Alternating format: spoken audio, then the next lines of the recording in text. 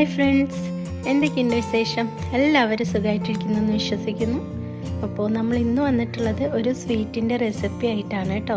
ചെറുപയർ പരിപ്പ് വെച്ച് വളരെ എളുപ്പത്തിൽ ഉണ്ടാക്കിയെടുക്കാൻ പറ്റുന്ന ഒരു സ്വീറ്റിൻ്റെ റെസിപ്പി ആയിട്ടാണ് നമ്മൾ ഇന്ന് വന്നിട്ടുള്ളത്. വളരെ സിമ്പിളാണ് ഇത് ഉണ്ടാക്കിയെടുക്കാൻ, അതുപോലെ കഴിക്കാൻ നല്ല ടേസ്റ്റുമാണ്. അപ്പോൾ നമുക്ക് പെട്ടെന്ന് തന്നെ വീഡിയോയിലോട്ട് പോകാം.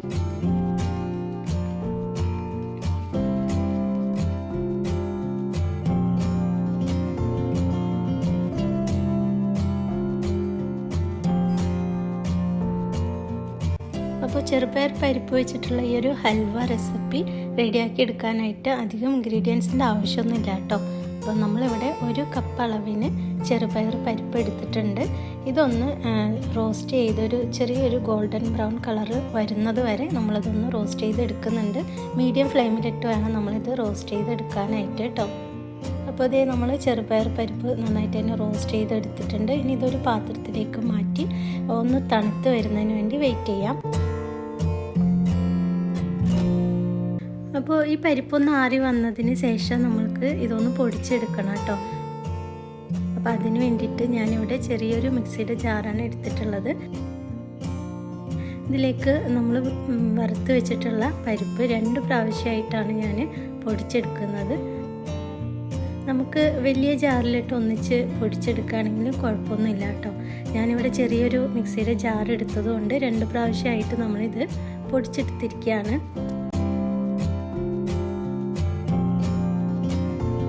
അപ്പോൾ നമ്മളിവിടെ ചെറുപയർ പരിപ്പെല്ലാം തന്നെ നന്നായിട്ട് പൊടിച്ചെടുത്തിട്ടുണ്ട് കേട്ടോ. ഇനി നമുക്ക് ചെറുപയർ പരിപ്പ് വെച്ചിട്ടുള്ള ഹൽവ ഉണ്ടാക്കാനായിട്ട് തുടങ്ങാം. അതിന് വേണ്ടിയിട്ട് നമ്മളൊരു പാൻ ചൂടാവാനായിട്ട് വെച്ചിട്ടുണ്ട്. ഇനി ഇതിലേക്ക് നമ്മൾ ഒരു 2 ടേബിൾ സ്പൂൺ അളവിന് നെയ്യ് ചേർത്ത് കൊടുക്കുകയാണ്. നെയ്യ് ഒന്ന് മെൽറ്റായി വരുന്ന സമയത്ത് നമ്മൾ ഈ ഒരു ഹൽവയിലേക്ക് കുറച്ച് കാഷ്യൂ നട്ട്സ് എടുത്ത് വെച്ചിട്ടുണ്ട്. അപ്പോൾ അതൊന്ന് റോസ്റ്റ് ചെയ്തെടുക്കാം.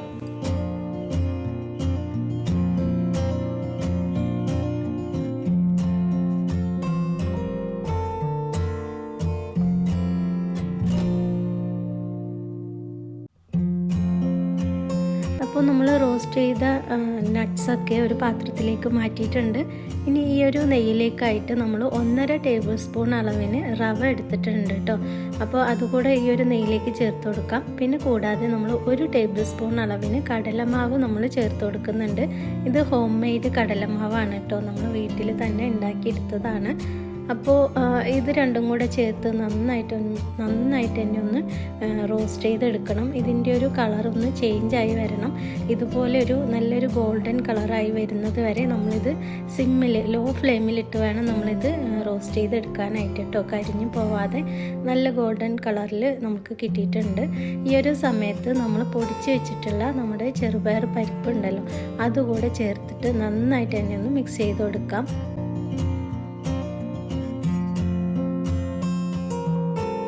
ഇതിപ്പോൾ നന്നായിട്ട് റോസ്റ്റ് ആവേണ്ട ആവശ്യമില്ല. നമ്മൾ ഈ ഒരു നെയ്യിലേക്ക് നമ്മൾ പൊടിച്ച് വെച്ചിട്ടുള്ള പരിപ്പ് പൗഡർ ഒന്ന് നന്നായിട്ട് തന്നെ ഒന്ന് മിക്സായി വന്നാൽ മാത്രം മതി കേട്ടോ.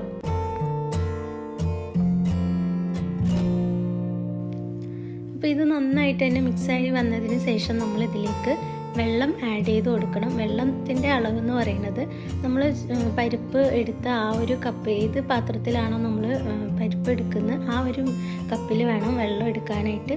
അപ്പോൾ നമ്മൾക്കിവിടെ പരിപ്പ് എടുത്ത ഗ്ലാസ്സിന് 2.25 കപ്പ് വെള്ളമാണ് ടോട്ടലായിട്ട് നമുക്ക് വേണ്ടി വന്നിട്ടുള്ളത് കേട്ടോ. അപ്പോൾ നമ്മൾ 2 കപ്പ് വെള്ളം ആദ്യം ചേർത്ത് കൊടുത്തിട്ടുണ്ട്.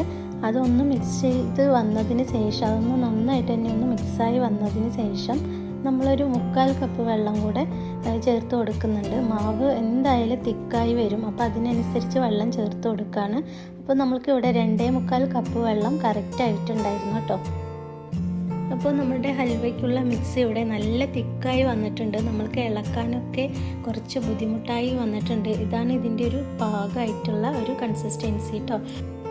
ഈ സമയത്താണ് നമ്മൾ ഇതിലേക്ക് മധുരത്തിന് ആവശ്യത്തിന് ഉള്ള പഞ്ചസാര ചേർത്ത് കൊടുക്കേണ്ടത്. അപ്പോൾ ടോട്ടലായിട്ട് നമ്മൾക്ക് 2 കപ്പ് പഞ്ചസാരയാണ് വേണ്ടത് കേട്ടോ. അപ്പോൾ പഞ്ചസാര ചേർത്ത് ഒരു 2 മിനിറ്റ് ആകുമ്പോഴത്തേനും തന്നെ നമുക്കിത് ഇളക്കിയെടുക്കാൻ വളരെ ഈസി ആയിട്ടുണ്ടാവും. കാരണം നമ്മുടെ ഷുഗറൊക്കെ നന്നായിട്ട് മെൽറ്റായി നല്ല ലൂസായിട്ടുള്ളൊരു കൺസിസ്റ്റൻസി ആയിട്ട് വന്നിട്ടുണ്ട്, കണ്ടില്ലേ? അപ്പോൾ ഈ ഒരു സമയത്ത് നമ്മൾ ഇതിലേക്ക് 1 ടേബിൾ സ്പൂൺ നെയ്യ് കൂടെ ചേർത്ത് കൊടുക്കുന്നുണ്ട്. അപ്പോൾ നമ്മൾ ഈ ഒരു നെയ്യ് ഇടയ്ക്കിടയ്ക്ക് കുറേശ്ശെയായിട്ട് ചേർത്ത് കൊടുക്കുന്നുണ്ട്. നമ്മൾ എത്രത്തോളം നെയ്യ് കൂടുതലായിട്ട് ചേർക്കുന്നോ അതിനനുസരിച്ച് നല്ല ടേസ്റ്റ് ആയിട്ടുണ്ടാവും. അപ്പോൾ നമ്മൾ മൊത്തത്തിൽ നെയ്യ് ചേർത്ത് കൊടുത്തിട്ടുള്ള ഒരു 7 ടേബിൾ സ്പൂണോളം നെയ്യ് നമ്മൾ ഈ ഒരു സ്വീറ്റിന് വേണ്ടി നമ്മൾ ചേർത്തിട്ടുണ്ട്. ഇപ്പം നല്ലോണം എന്താ പറയുക, പാനിൽ നിന്നൊക്കെ വിട്ട് വരുന്നുണ്ട്.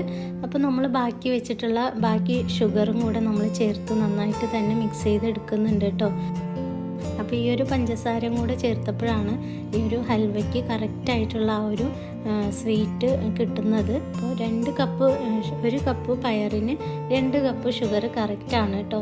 അപ്പോൾ നമ്മുടെ ഹൽവ ഏകദേശം റെഡി ആയിട്ടുണ്ട്. പാനിൽ നിന്നൊക്കെ നന്നായി വിട്ട് വരുന്നുണ്ട്.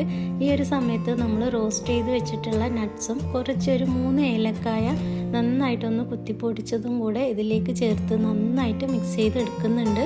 ഇനി ഒരു 2-3 മിനിറ്റ് നന്നായിട്ടൊന്ന് വഴറ്റിയെടുക്കണം. അപ്പോൾ ഹൽവയുടെ ആ ഒരു കൺസിസ്റ്റൻസി എന്ന് പറയുന്നത് ഇതുപോലെ എന്താ പറയുക, ഒന്നിച്ച് ഉരുണ്ട് വരുന്ന ആ ഒരു പരുവാണ് കേട്ടോ.